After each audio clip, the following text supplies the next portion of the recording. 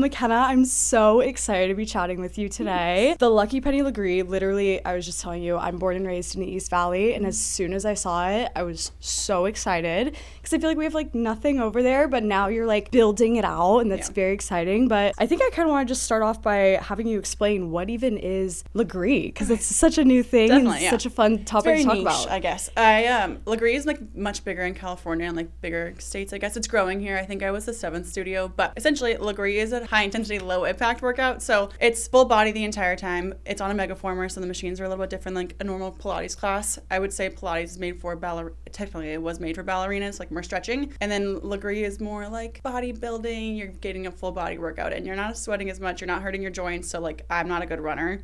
So when I say low impact, it's like when you run, you can feel it in like your ankles and your knees and stuff like that. But with Lagree, you don't feel any of that. It's really, really good for your joints actually. So yeah, it's a 45-minute full body workout. We do a 5-minute stretch at the end, but every single time it's challenging. I've done Lagree for 5 years now, and I can still barely hold a plank. So that's it's just a fun workout. Yeah. And so what's the big difference between like Pilates, mat Pilates, Lagree? What is like the main difference? Lagree, our pace is a lot slower. We go super. You want to think about being like a snail the entire class, but it's much more better for toning and actually muscle formation.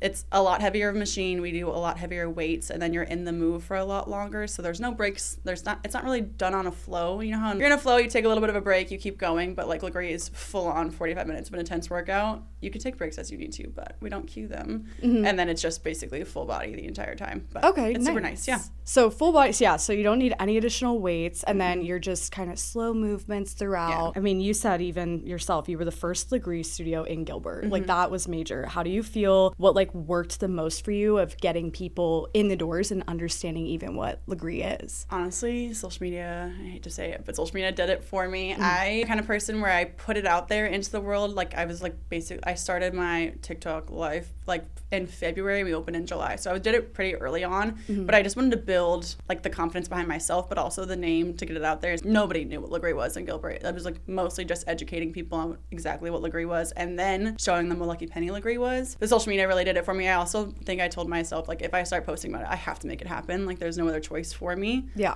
So I think that really helped me get to where I needed to go. Definitely social media helped me a lot because I was nervous the entire time. It's just me. I don't have like investors or anything like that. If I open and nobody shows up, like we're screwed. So social media really helped me there. Yeah, no, and I remember seeing your videos when they were first coming out and you're kind of like building in public, but what would you say your content really was when you were starting the Lucky Penny? It was more like a day in the life, and I wanted to show people not only who I was, but like I'm just a girl. Like if anybody wanted to do it, they totally can. Like I want people to feel the confidence that, okay, cool, if she can do it, I mean, I'm literally just a person, so anybody else could try it. So I think it also helped a lot because when people came into the studio, they're like, oh my God, I saw you on TikTok. It's like they already knew me, so they felt more comfortable. I think when you go into any gym or any like workout class, it's kind of intense and it's a little nerve-wracking at first, especially if it's new. And having that, my face, because I taught every single class when we opened, having me there kind of made them more comfortable to just like show up. I'm just a person. Yeah, definitely. I feel like people, once they see you online, they kind of almost relate to you and have like, I feel like people talk about parasocial relationships all the time. Definitely. So it's like they think they know you, they think like you're already friends, and so them coming in, they kind of know what to expect. And with you building in public, I know you were chatting about like designing it and you were kind of walking us through all those steps. Yeah. But yeah, I guess let's dive into just when you did start it. Did you get certification first and like learn about Lagree and then build a passion of wanting your own studio? How did that come about? So when I lived in California, I worked in hospitality my entire life. So I went to culinary school. I was a line cook for a long time, and then I went into management after that. But I only worked in restaurants my entire career. And then when I moved to California, I was working for a restaurant, and it was like right during COVID time, right post-COVID, like 2020, 2021. And I found Lagree there. It was huge. I did it all the time. That's the only workout that I actually like enjoyed and still felt challenged. Like going to the gym, especially in LA, they were packed. And I was like, this is stupid. I don't want to do this anyways. But I finally started going to Lagree classes. Like, okay, I like this. I moved back to Arizona. I was driving 45 minutes to work out every single day. And I was like, okay, I don't think this is like long-term for me. I have to figure out, I think I was at the lake with my parents. And I've, again, worked in restaurants. I've worked like 70 hours a week, every single week for forever. I pretty much got into a director position. I was like, I don't really know if this is my end all be all. And I was like, okay, maybe I can just try and open something by myself. My parents were like, yeah, go for it, try. I mean, at least you can say you tried. And then that's when the whole process started. I was like, okay, I guess I'm gonna order my machines and then we'll go from there. The second I order the machines, like I would never leave leased a space. I've never like done any of the brokers or anything like that. And that was a whole learning curve. But we got here and now we're here. Yeah. So were you with your job before, were you kind of saving up money so that you would be able to start this? You kind of had that in your back of mind? I started saving money, but I don't like I said, I don't have investors. I took a HELOC loan against my house. Okay. So I bought my house in 2020, moved to California, rented out my house, but I had a lot of equity because I bought it like right at the right time. And I was like, because essentially for a small business, you can't get a loan for the first like 3 years unless you're operating. Okay. So I didn't have $190,000 laying around. So I took it out on my HELOC loan and then went from there. And that's how I started the whole process. Interesting. Okay. Yeah. So you were able to do that since you had an asset kind of. You were like, okay, let me put that up as collateral. Exactly. And then kind of build this out. Yeah. And so what would you say is like that number at least that you would need to start something? Because I know you're looking at a second location and we'll dive into that of what that looks like. But what is that? What made you feel safe, I guess, or like what helped you make that decision of, okay, I'm going to do this and this is actually how much I need to build out my studio? I would say the machines are the most expensive part. Like that's why Lagree is so expensive, because each of those, every machine I have is like $13,000 to $14,000. Oh, wow, okay. And I have 12. So that's a lump sum cash right there. Yeah. I got really lucky in my space. It used to be a yoga studio, so it didn't need that much. I mostly just built my branding into that space. Changed the tile, changed the paint, did some like little touch-ups here and there, added some mirrors. Easy stuff. I didn't have to start it. I didn't have to put the floors in. I didn't have to put the bathrooms in. I got very, very lucky. Like I didn't even feel safe when I started, because I still didn't hire anybody when I first started. I worked every single class and I kept my other job. Like I did it on the side at the same time because I didn't know what was going to happen. Yeah. So I just want to make sure I felt comfortable.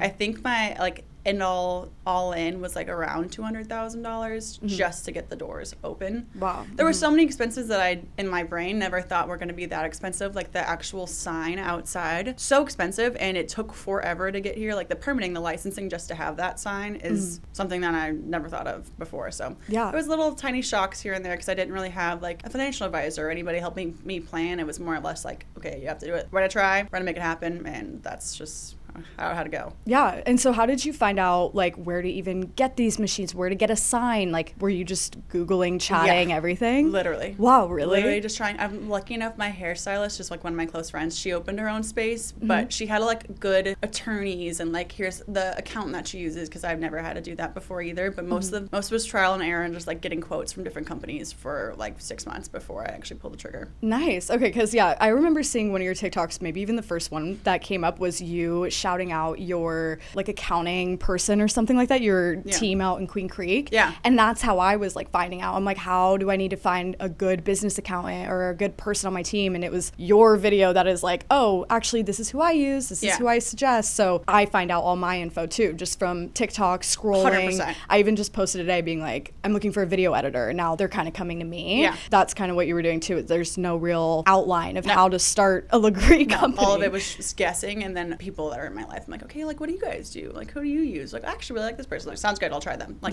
we'll start there. Definitely. And with your branding and design, everything, is that all you as well? How did you get there, and how did you get to Lucky Penny? I hired somebody on Fiverr to do my like the LP logo. I actually hired like 5 different people, and this one is like the one that I chose. I always saw, like I had dreams about it, like the colors and how it would look like when you walked in. I've always had a whole bunch of plants. I wanted it to be earthy in color. Like I wanted it to feel natural but comfortable when you walk in, not like overpowering with bright lights or like neon lights or anything like that. I just wanted to feel like if you could hang out there, you would. And I drew pictures on Canva for like a year before I gave them I literally took pictures of things that I saw around the world and then gave them to my general contractor. I was like, okay, so like how do you feel about this? Can we do this? And that's kind of just how it was. I don't have a design eye at all.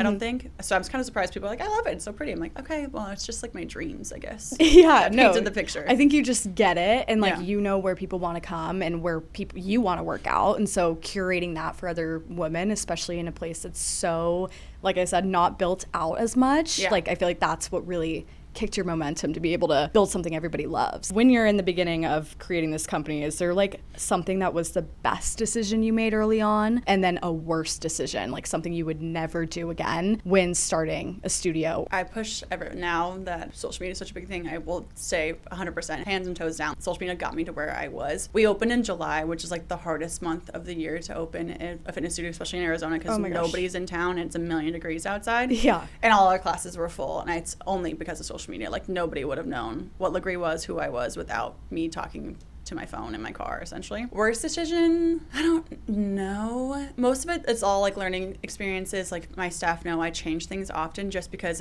we're learning together, essentially. Like I don't know what the right answer is most of the time. We're just kind of figuring it out as we go. I don't know what the worst decision would be. Well, that's good. Yeah. At least you don't have something blaring. A lot of learning curves, but nothing was like, oh, I should never do this ever again. Just mostly just like going with the flow and like figuring out and pivoting and doing the right thing after that. But. Yeah. So you just said you started in like June, July. So is this almost coming up on your 1 year anniversary? July 1st. Wow, that's insane. How many do you have now on your team? We have, I think, like 15 instructors, a couple subs, but mostly I think there's like 15 instructors. I have 4 front desk girls and then an admin assistant. And so what is your main role? Are you still teaching? Are you still basically hands-on everywhere? Do you have a manager? Like, what does your process look like? So I still teach Tuesday, Wednesday, Thursday, Fridays right now, which I love. I don't think I'll ever just completely stop teaching. And I also get like anxiety when I'm not there for a long amount of time. So definitely still teaching. I do like mentorship programs through, I just had my last Lagree Level 1 certification instructors finish on Sunday of this week. So now it's like a stronger mentorship program with them. Most of my instructors, I would say like 3/4 of them went through the certification process through Lucky Penny, so they were part of the mentorship program and now they're teaching for me. So yeah, that process for a little bit takes a lot of my time. My admin assistant helps with like emails and cancellations or like any kind of subs for the schedules, like moving them in and out so I don't have to spend as much time at my email because that is a big giant pain in my butt. But I just spend the time like trying to build obviously the second Lucky Penny now and then teaching and just being there with the clients. I love seeing my clients. I think that's like the highlight of my day. It's hard, I think, especially as adults, no matter the age, finding friends like organically, and I can say that like I'm friends with most of my clients and it's nice to see my clients being friends with each other, so I love being in that space around them.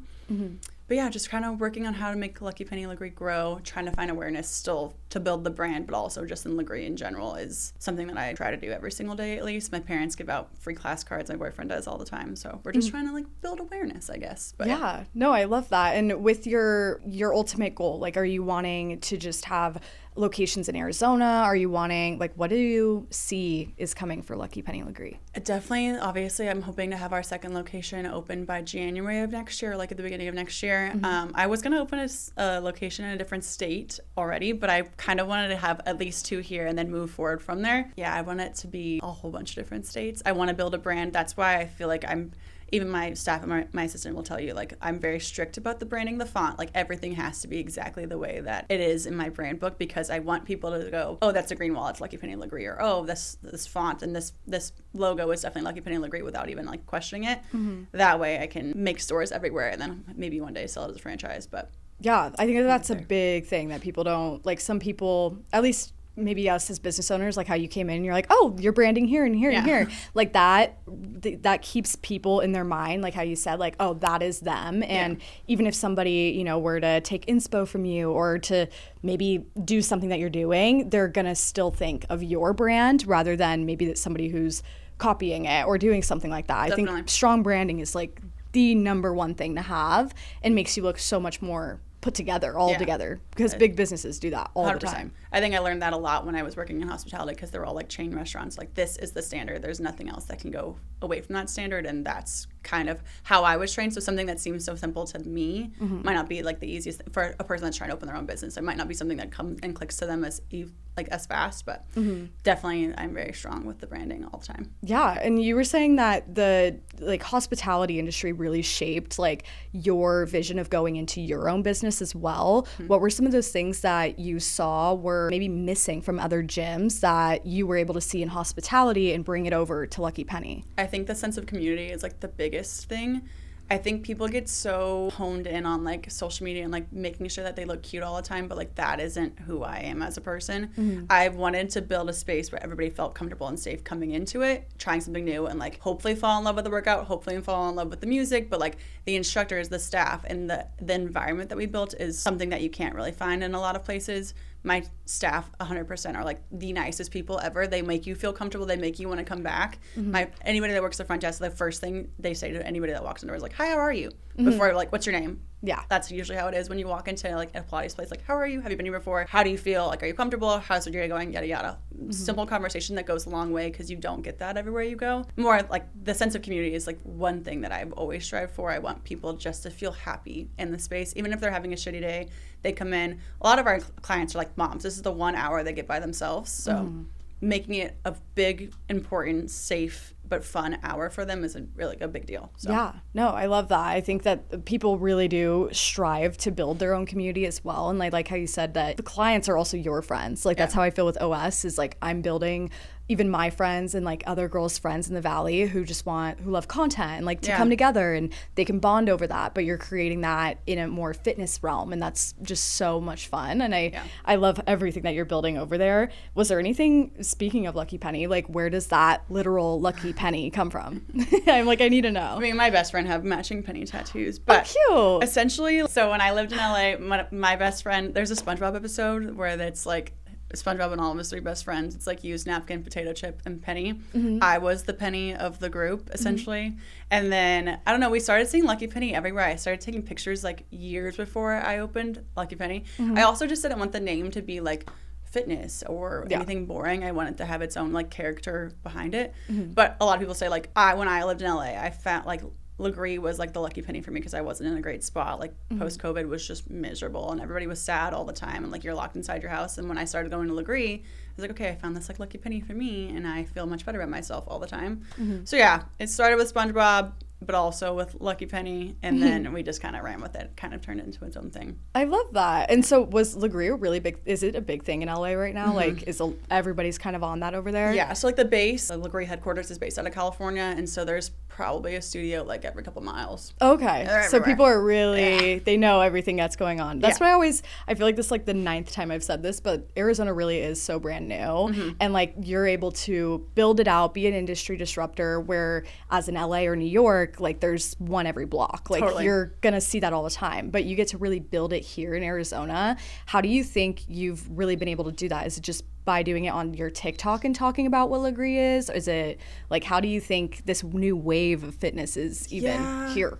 I think so. Like mostly my social media, I've gone like, I think explaining what it was on social media, but also like marketing it as a new thing was kind of worked out too. But it's weird because nobody knows, most people don't even know how to pronounce it. Like it's like a weird name, but once they come into the space and anybody falls in love with Lagree, it's hard. Like I'm not gonna lie, it's never gonna be easy, but people that love to challenge themselves try this and it makes their bodies feel good. And like, I've been sore for 3 days. Like that's why you want to work out anyway. So once I get people to like, okay, I'll try something new, and they step in, they're like, oh, okay, now I'm getting it. And they fall in love with it. But I would say social media and like marketing as a whole is explaining, okay, this is what Lagree is. Please come try us. We don't want clothes. And are you building just on your personal brand account, or are you also, like now you're probably building Lucky Penny's Instagram and TikTok, but in the beginning it was just your personal brand, It right? was literally like my name was on it. Like it wasn't even Lucky Penny Lagree / Mckenna. It was just Mckenna. Yeah. Well, I didn't really want anybody to, I didn't want to pop off. I mean, it's me talking to my phone. Very much like simple. But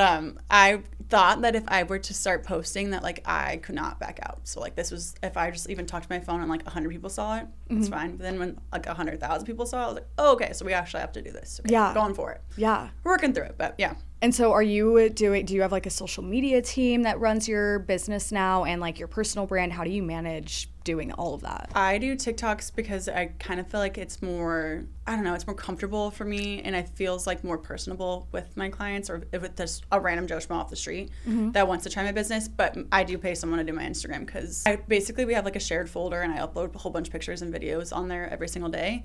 And then she puts my marketing and branding onto it and then uploads it on a schedule onto Instagram. Good. I was going to say that would be so much if it was all just you. Absolutely. And I love her. She's amazing. She lives in Montana. She manages another Pilates studio at a Tucson page. And I was like, oh my God, this branding is so cute. And then I reached out to them and she's like, actually, I do it full time if you wanted to hire me for yours. I'm like, yes. Awesome. Yeah, I was gonna ask too, like, how do you said that the people who work for you, like, you love them, they're really great at what they do. How do you find these people, and what are you asking these questions to find, like, your perfect team? For like the certification actual instructors, you have to be certified to teach. So these people, I guess one of them was my friend prior, but the rest of them all kind of just found Lagree. And I think since we were the first one in Gilbert, they wanted to, like, if they lived down here and they were driving like far away like I was to work out, they just wanted to be certified, and they tried the process. So I got really lucky with them. Like I said, I was teaching pretty much every single class when we first opened, so it took me some time to find a good staff. But I always say too, like for the front desk girls or like my admin assistant, I always say just hire someone nice, and I can teach anybody the standard. I can't teach someone how to be nice. So again, with the community, like I feel like nice people just really, really matter, and then it makes it a lot easier that way. So you're kind of just like vibe checking. Yeah, you're like you're like, okay. I know like within the first 5 minutes if I want to hire somebody or not. I've always been like that, and I'm like, I don't even want to ask you too many questions, because if you're not a genuine human being, like I don't think you're gonna work out. So. Yeah, no, definitely. I like how you're able to kind of vet them too, like through your learnings and through them doing that certification through you. So is that how like every single team member kind of learned Lagree through you, and then you've brought them on afterwards? We hired, so I you have to be a master trainer to teach the certifications, and my mentor is a master trainer. She's based in Greyhawk in Arizona. Okay. Who's also a 10 out of 10 amazing human being. So she comes in and she teaches all the girls, and then they go to the mentorship program through me.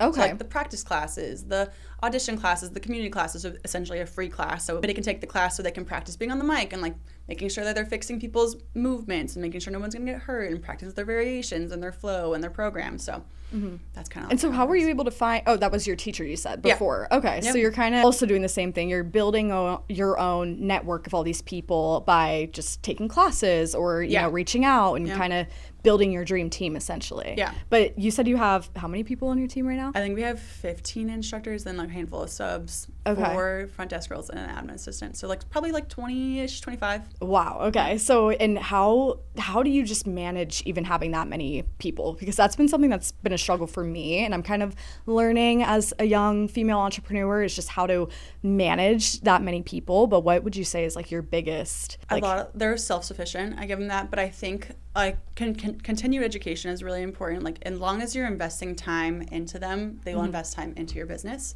But I also like try to do stuff together all the time, because I honestly just like hanging out with them, and like we get to bounce ideas off each other. Again, I'm always learning, so like I ask them for feedback or what they would change or what they think is working, what's not working. Should we change the time? Should we change the music? Is the lighting too light? Like a lot of this stuff we work together as a team, and I feel like since they feel like they're involved, it's a lot easier to have them always be around. They're super self-sufficient, so they like work their blocks. They love the clients. They want to build their repertoire for clients as well. So it's very much, I think investing time and energy into my staff is just as important as investing time and energy into my business. Yeah, definitely. It's like they're going together. Yeah. And do they all, I know some studios, sometimes when I walk in, I don't even, but mainly Pilates classes, I could walk in and it could say Pilates class, but then it's a whole different, like, oh, we're doing jump or we're doing legs only. And I didn't know I was signing up for that. Gotcha. But do you have like different, like, are your instructors different with their music? Do they all have a different vibe or a different way of teaching the Lagree, or do you have that? They're all very different. And I think they,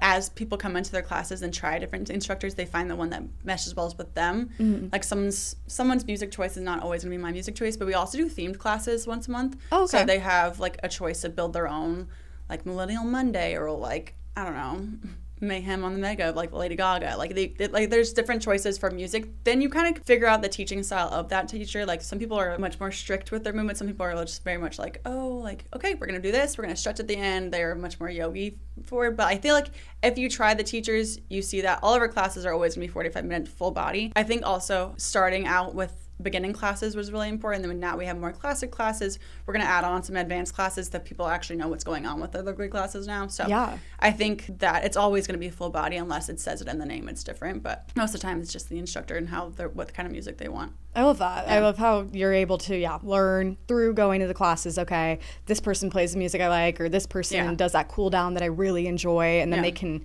connect with whoever is the best for them. Exactly. But I love that.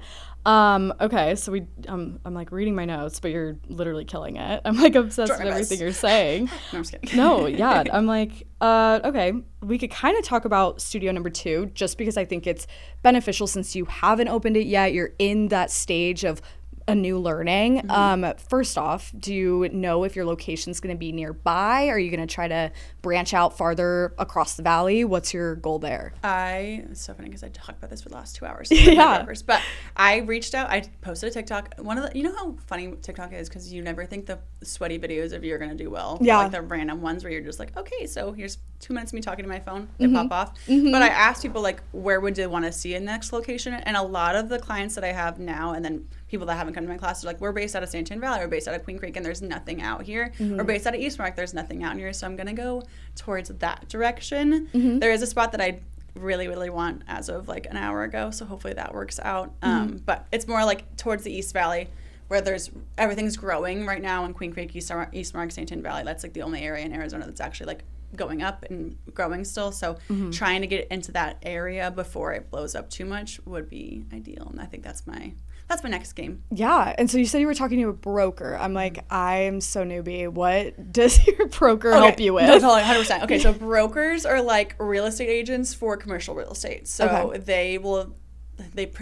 name's Mckenna too, which is even funnier. She found me through social media, but she will represent me when she's talking to commercial real estate buildings and like go through all like the leasing like just how you would for a mortgage. It's the same thing, but now it's for your lease for your space. So tenant improvement money and like how much money I can get back to actually like build out the space. A lot of spaces right now, especially where I'm looking, are like there's dirt as the floor. So like the permitting and all the things that I would never know about any of that stuff, she kind of handles all that for me. And we just kind of been looking through a whole bunch of different brochures of what the best space. I want pretty much the same size that I have right now, maybe a little bit smaller of a lobby, but I do want to offer like daycare.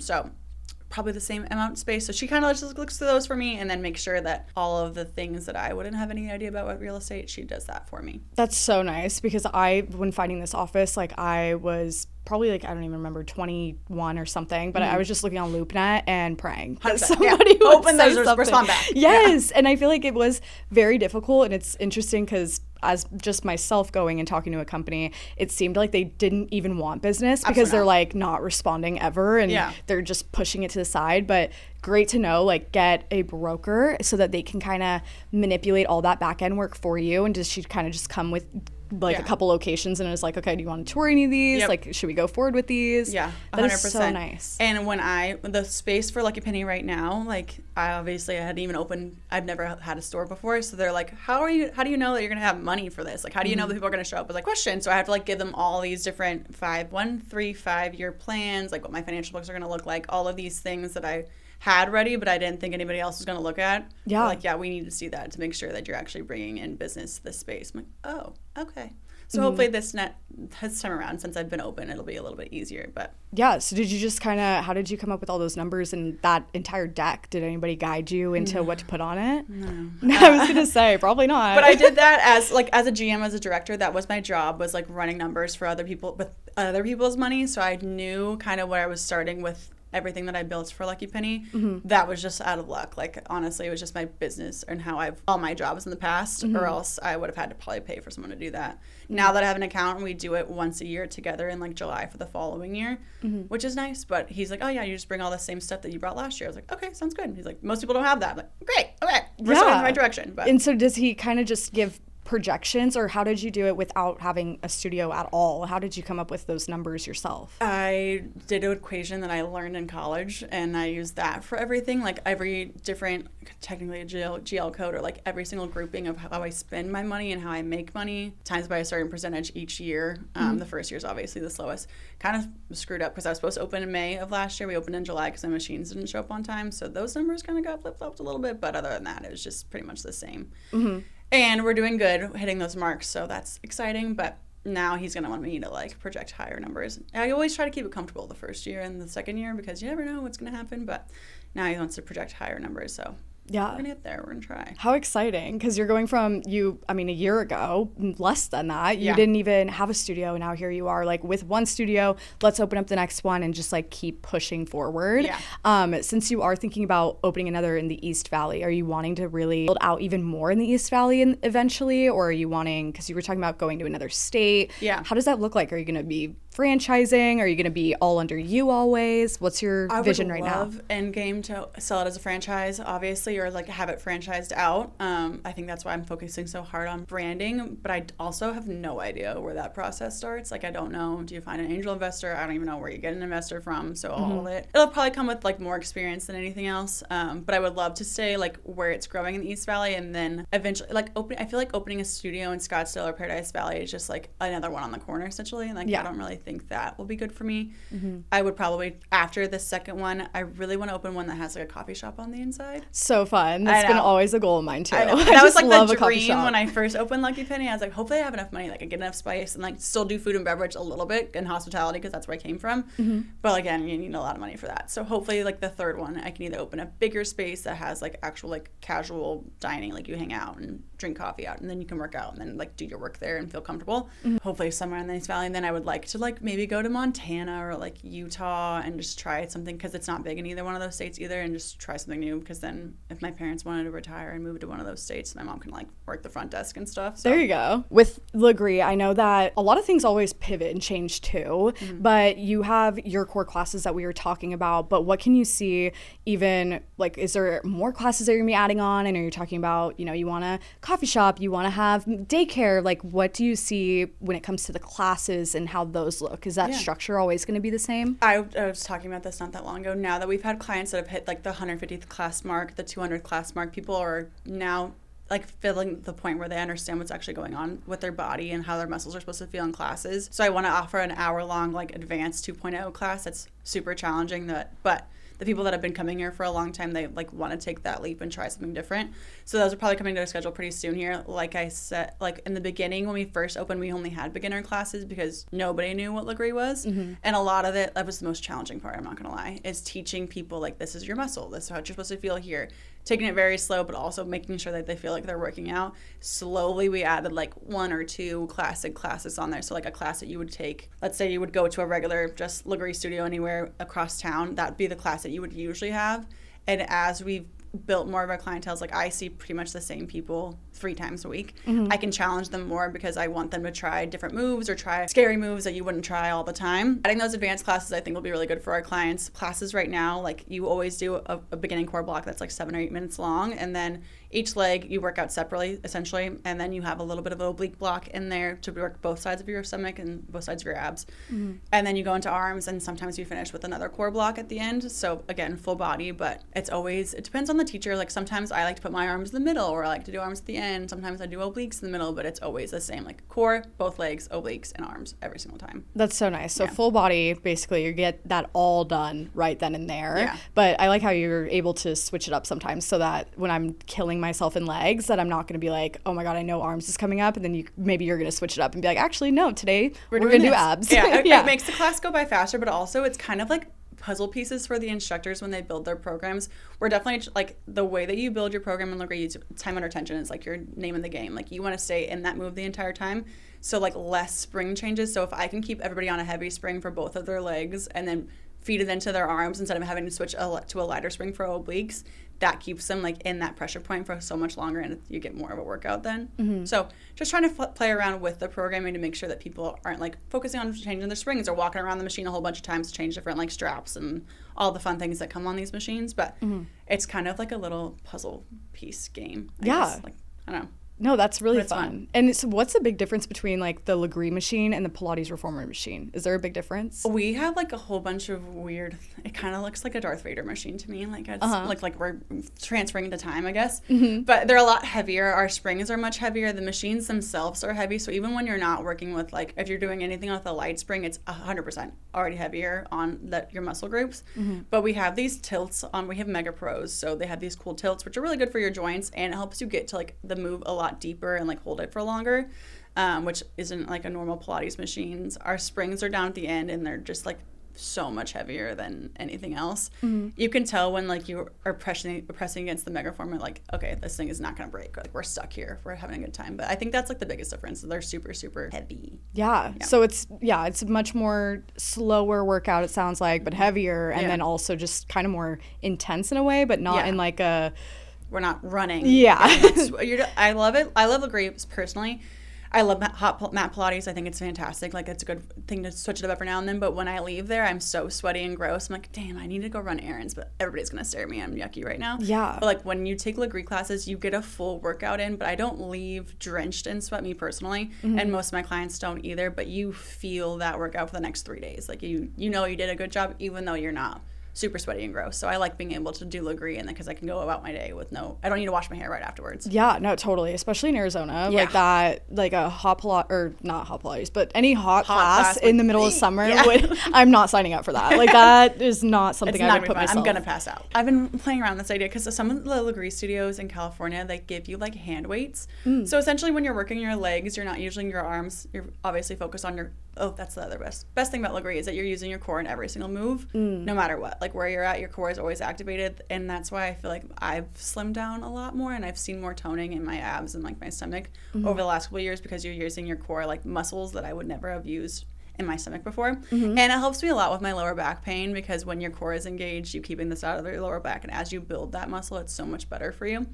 But on our machines, I've been looking into get like cute little branded Lucky Penny green hand weights so people can actually like, if they want to add in some arms when they're doing their legs, it'll be really fun. So those are on order. I love those. I'm really excited for that. But I don't think many studios offer that right now, so it's a little different. But then you also can work arms the entire class instead of just waiting towards like the arm block, which is really fun. But yeah. That's awesome. Yeah, just to make it even a little bit more too. Yeah. I mean, that's probably going to be, if it's already so heavy and like not so heavy, but if it's already heavy and then adding that on top is just going to give you even more of a deeper burn. Always giving the option to people for them to challenge themselves. Even if it's only for like 2 minutes, it's better than not doing it all. And like every day you're working towards something different, and it's just that little challenge point that we always talk about in class. Yeah. Okay. I remember what I was literally stuck on. So you were talking about obviously TikTok, Instagram, that's being your big push for clients. Yeah. I know a lot of companies or just people in general use like ClassPass or other things. Have you played around with that as a business owner as well? So ClassPass is always such an interesting topic I feel like it's a hot spot for a lot of people. Yes. Which I understand. It is hard because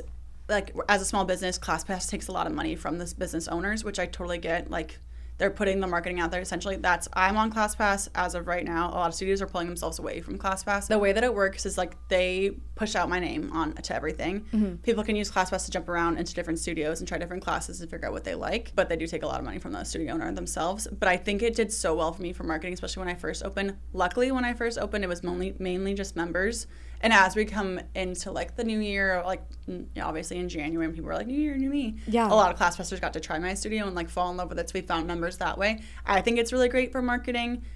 Do they take a lot of money from the studio owners? Yes, but like I still think it is good for marketing. I know a lot of Lagree studios are pulling themselves off of ClassPass or even opening without it. As a small business owner and with someone that doesn't have an investor or like a whole bunch of money laying around, like that wasn't an option for me. I'd rather have the classes be full than waiting for people to find me and then be members and then fill the classes. So totally. I started on ClassPass. Yeah, well that's good because I was gonna say I know that like Groupon and everything like that, they do take like a fat percentage of it, so it does suck I guess on the business side, but like you're getting to see so many people that probably wouldn't have found you that quick just on an app. And then it gives us the ability to talk about why memberships are better than ClassPass. Like you get to book your entire month in advance.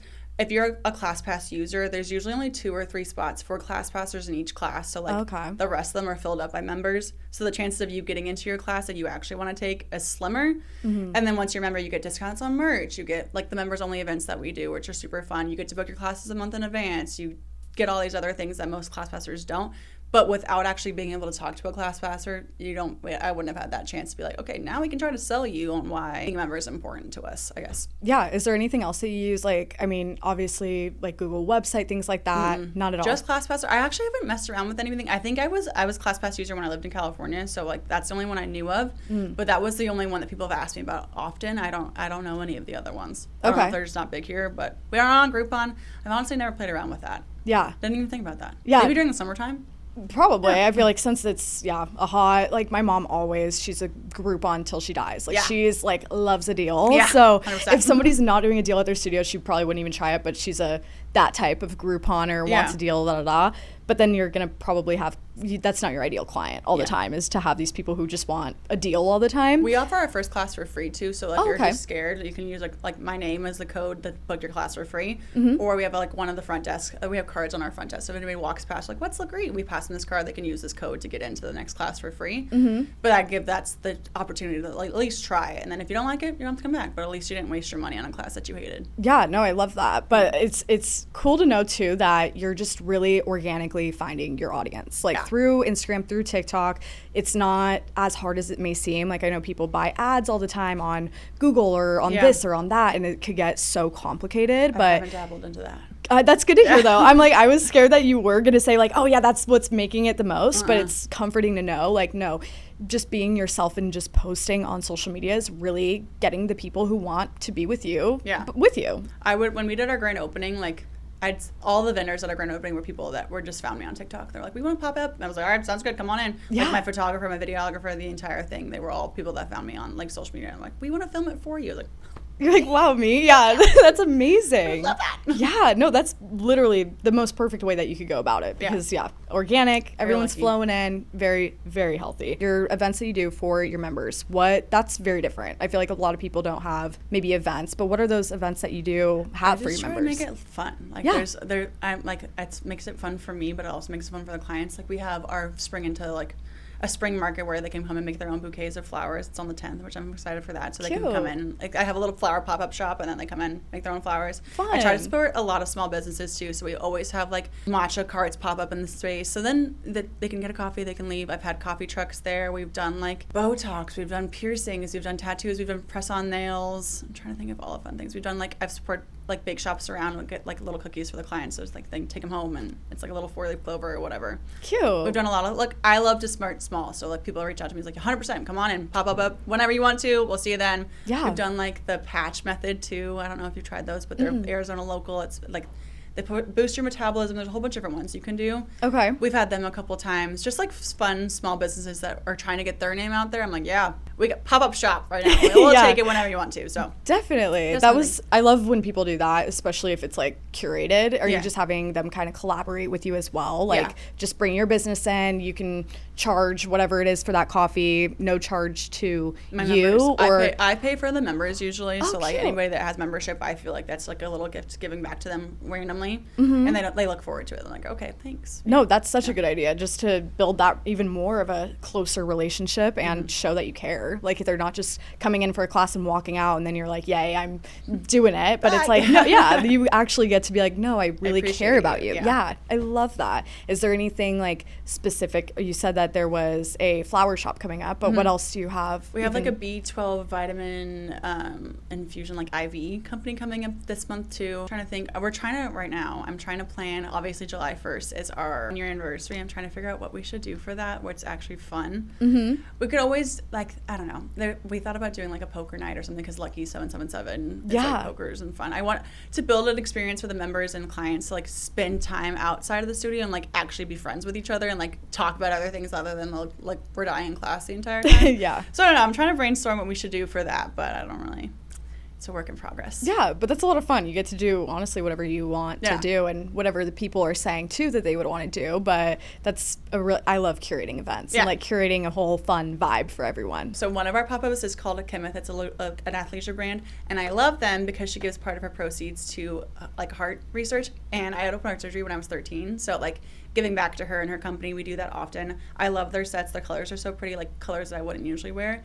But they pop up in the studio often because first of all, I'm supporting another small business, but second of all, we're also promoting heart research, which is even funnier, like why I think it's so funny that I own a fitness studio because working out was such a pain after I had open heart surgery. Like that was the worst thing ever.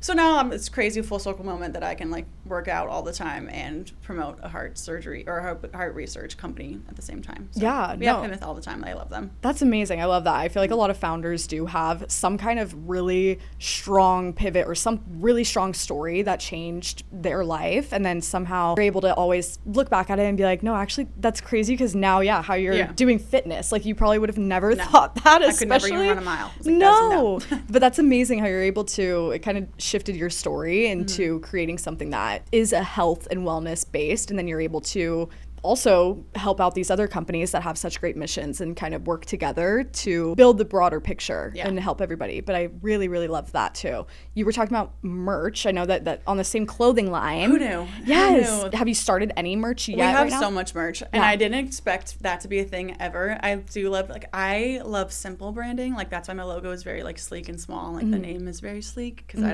don't like walking around with giant like logos everywhere. My boyfriend makes fun of me because I'm always like, put that graphic tee down. Let's just wear something with a lot more basic. But a lot of our merch we sold out of everything from last year, and now we just introduced our summer merch back in because we went through all of our winter stuff. We have like 3 jackets left from last year, but the rest of it's all our new summer merch. It came out like last week, I think. But I never thought that would be part of my job, or that people would actually buy stuff that had my brand on it. So it's really cool to see, like, even when I watch TikToks and people are wearing my merch in their videos, not even at Lucky Penny, I was like, oh my God, I made that. Isn't it crazy? Yeah. I see that too. Sometimes we've had one merch drop where it was like tank tops and just cute little things. And one of our models wears it like all the time. And she was like in Hawaii. And I'm like, oh my gosh, like our little OS shirt made it all the way there. It makes me so happy. People will post like my clients that I follow on Instagram, they're just like at dinner with their hats on. I'm like, oh my gosh, thanks. Yes. It's so cute. But it goes away from just like wearing grip socks all the time. Like, we have tank tops and shirts and all the fun things. And I wear it all the time, but I thought that was just because it's me. Yeah. But now that I see other people wear it, like at Fry's, I'm like, oh my gosh. Are you designing it all yourself? I work with a company. I come with the designs, and they kind of like give me the blanks and walk me through like what they think would be better. And then we go back and forth for a couple things that I'm like, I don't really like that. I don't like the placement. I don't like how this looks. And they help me. It's based out of California, and they're amazing. But okay, how did you find them? Trial and error. Yeah. I went through a whole bunch of different companies online. The first ones I kind of like had printed. I ordered jackets, and now they're all gone. But I ordered jackets last year, and that was like the first thing that I like dabbled in. But then I found a company that I can get the jackets through and also do the embroidery and everything through there. But it took me 4 or 5 different companies to find them. So okay, and so now we're riding on this for the rest of our lives. Yeah, you guys do a great job. Definitely, because I've just been using Printful, which is like you can custom make it. The product's already there. It's very blank, and then throw your stuff on top of it. But I've always been interested in trying to find like a company that does do the sourcing and does do all of that, where you just Googling again and trialing and error. And I think I would go to like different coffee shops and stuff that have like random merch out. I think I was in Sacramento, and I like looked at the tag, and I was like, okay, I'm gonna look up. I like tried different companies, and I was like, okay, like I like this branding.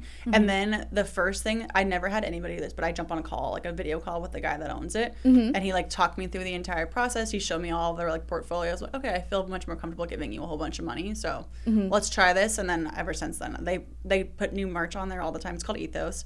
They're based out of California, but they are literally amazing. And like talking to him, because I'm like, I'm not a design person, but like, does this look okay? He's like, yeah, no, it's great, but we're gonna move this here, we're gonna do this like different color and this, but this is what's selling the most right now. I was like, okay, sounds good, because I don't know. Yeah, no, I love that. What's the typical, what would you say is like an investment number for that even? Like, what should people be comfortable? Like, we do it probably quarterly right now. Obviously with the seasons in Arizona is either hot or cold, there's no in between. So I would say I probably shovel out like $7,000 quarterly, just not socks, just clothes. Socks are a whole nother thing, because I was never expecting that many people to buy grip socks. It makes sense because you need them to work out, but like I think my first month of being open, we sold 380 pairs of grip socks. It was like almost a second company. Yeah, I was like, how is that even possible? Like, I didn't realize, but it makes sense. We still sell so many socks, but that's amazing. I wasn't anticipating that either. And are you designing those as well with the same company or separate? Yeah. I have some that I branded through that company, and then I buy other ones that just fit my branding colors. I don't do anything that's not green, brown, white. And I have Aperol Spritz socks because my bathrooms are Aperol Spritz bathrooms. But other than that, everything has to be in the color scheme, or else it will drive me insane. Definitely. No, I love that. And that's really good to know about like even your connect, because I know that so many people also are like us. People ask me on Instagram literally every single day. And I tell like, them where'd you get this? Where'd you get this? Like, no. You do different branding, but it's like the same. Yes. Go through them. Yes. Please. That's amazing. Were you able to too, like the product, did they already have it on their website, or were you able to like touch and feel in person? They had it on the website, and I kind of just had to trust it. But once I got my first order from them, I was like, okay, we're good. Yeah. We're good. We got this for the rest of the time. Amazing. Yeah. Wow, I love that. And I can't wait to see all the new stuff that you're coming out with, because I feel like I remember seeing on TikTok as well. I keep referring, but your TikTok, you maybe had something happen where like the sweats sweats came in right when it was like so hot or something. It was sold out within a day. Yes. All of us. I was like, guys, now I really know. The sweatpants are really, really nice. I wear them every single day, so I understand. But I'm like, it's 102 degrees outside already, so. Oh, but I'm in a jacket. 100%. I'm in full denim. We make our houses cold. Yeah, we make our houses cold so that we can wear the cute things that people are wearing in the other parts of the country in March. Like that makes sense. But yay, amazing. I'm like, where's my time at now? May I have enough? 55? Okay, that's probably good we enough. Probably should talk about private parties. Ooh, I just started promoting that, so we probably should talk about that. Okay, yeah, tell me about it. It's hard because I'm trying to figure out like the exact market, but we're trying to market private parties like birthday parties or bachelorette parties. I don't think Gilbert's really a destination for bachelorette parties. So people that actually live here, if you want to do a private class, we've done a handful of birthday parties. I have one on the 19th. Probably done like 10 or so, but it's nice because they get the space for like an hour and a half. I can book them. Their matcha pop up. I have like private vendors for balloon arches and all the fun decor and stuff. So you have the space to like not only hang out in the lobby before class, you get your 45 minutes of a private class, and then you get the space for like, we've done cake, we were doing matcha on the 19th, we've done mocktails, we've done cocktails. So it's kind of fun to like have a private party, but like something that people don't really think about all the time is like you can go work out with your friends as a birthday party. If that's what's important to you and you like your Lagree studio, come on down. But we're now promoting those, which is kind of fun. I love that.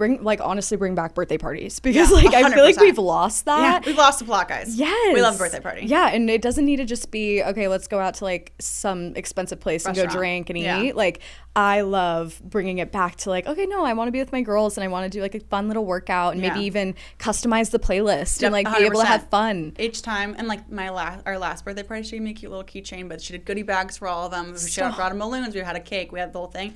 And I think that the relationships between the clients and the instructors are really great too because they request the instructors that they enjoy. And the instructor's like, oh my God, yeah, why would I not want to teach their birthday party? So it's super fun. It's just like a fun time. And it doesn't feel as stressful because sometimes in workout classes, you're like, oh, the stranger's watching me, but like you guys know each other. So like, get down with it. You could probably giggle a little bit if you mess up, look over at them and actually have a fun moment. Yeah. I love that though. And I feel like that's going to be so major once we continue to build our communities out because I feel like we're getting out of the house. Now that it's COVID, I feel like now that COVID's done, there's been so many events here in Arizona. I feel like a new one pops up all the time, but I'm just so excited that you're building out the East Valley, my home, and like actually making it what I've always seen it, the potential there as. Like there's so many people. It's a great energy over there. It's not, I get an energy shift when I move over from Scottsdale to Gilbert. 100%. Like it's insane. Pressure's off. Isn't it insane? Like it's just more calm and like more very big on community over there. Whereas in Scottsdale, it just feels very different. Heads if you down, know, you know. You're going in, you're leaving. Yes. But